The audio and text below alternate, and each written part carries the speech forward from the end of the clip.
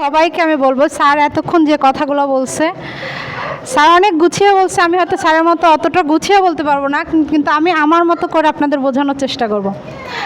প্রথম কথা হচ্ছে, আমরা এখানে যারা আসছি সবার কিন্তু অসুস্থ বাচ্চা আছে। আচ্ছা, অসুস্থ বাচ্চাটাকে পালতেছেন আপনি, তাহলে আপনাকে আরও কত বেশি সুস্থ হবে একটা অসুস্থ বাচ্চাকে সুস্থ করতে। তো আমার যারা মোটামুটি চেনেন, আমার দুইটা বাচ্চা কিন্তু কাছাকাছি বয়সের, একদম জমজের মতো, এবং বাসায় আমি একা। তা আমি যখন ওদের প্রথম লালন পালনটা শুরু করি, মেয়ে হওয়ার পরে ছেলে, তো দেখলাম কি যে আমি আমার মেজাজটা ধরে রাখতে পারতেছি না।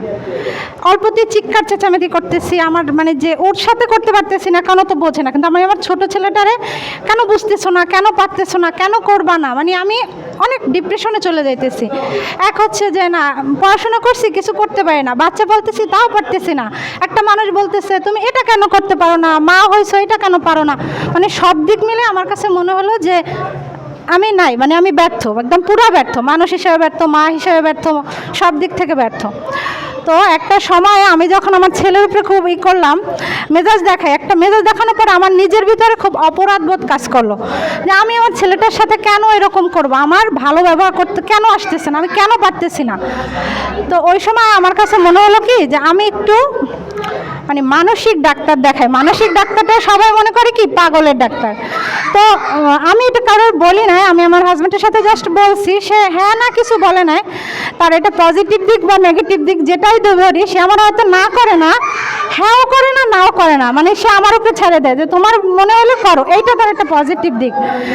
তো আমি একা একা ডাক্তার দেখাই, এবং সে আমাকে বলে যে কাউন্সিলিংয়ের কথা বলে, বলে।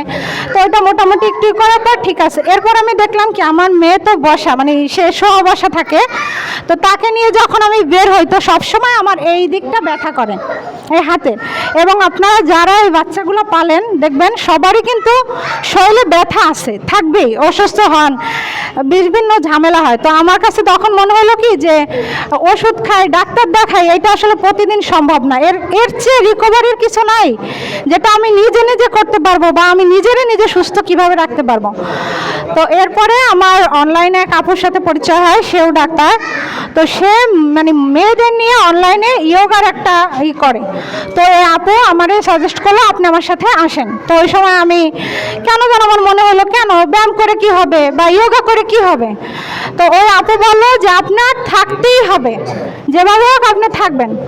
তো ওনার সাথে আমি প্রথম ক্লাসটা শুরু করি। ক্লাসটা শুরু করার পরে দেখা যায় 1 মাস পরে আপু আমার বললো আপনি অনেক ভালো শিখান, আপনি শিখাইতে পারবেন, আপনি এটা দায়িত্ব নেন, আপনার ভালো লাগবে। তো এরপরে আমি নিজে শেখানো শুরু করলাম, এবং 3 বছর, আল্লাহর রহমতে 3 বছর আমি অনলাইনে টুকটাক ইয়োগা নিয়ে কাজ করি, মেয়েদের শিখাই। তো এরপরে দেখলাম কি যে এটা এত ভালো কাজে দেয় যে আপনারা এটার সাথে না থাকলে বুঝতে পারবেন না যে কত ভালো কাজে দেয়।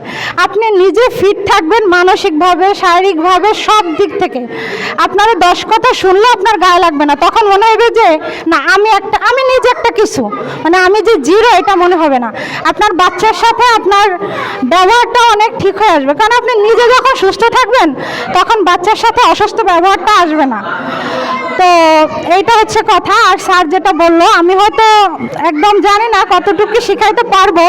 তো 3 বছরের একটু হলে অভিজ্ঞতা আছে, যদি স্যাররা বলে আমি অবশ্যই আমার সর্বোচ্চ চেষ্টা করব। কারণ আমার কাছে মনে হয় যে আমি নিজে ভালো থেকে আরেকজনের জন্য যদি একটু ভালো কিছু করতে পারি, সে ভালো থাকুক, সেটা সে বুঝুক, তাহলে আমার কাছে অনেক ভালো মনে হবে, যে আমার নিজেরা ধন্য মনে হবে যে না, এই অভিভাবকদের জন্য আমি নিজে উপকৃত হয়েছি এবং তাদের উপকারের জন্য আমি কিছু করতে পারছি। ধন্যবাদ। আপু আপনি এই পয়েন্টটায় চলে যান, সরি। দিয়ে ছাড়বো, তখন পেটটা আস্তে আস্তে ভিতরের দিকে টান দিবেন। ওকে, দেখেন, নাক দিয়ে টান দেন, মুখ দিয়ে নাক দিয়ে টান দেন, ধরেন। এবার নাক দিয়ে আস্তে আস্তে, যতটা দ্রুত নিচ্ছেন ততটা স্লোভাবে ছাড়বেন, নিঃশ্বাসটা তত স্লোভাবে ছাড়বেন।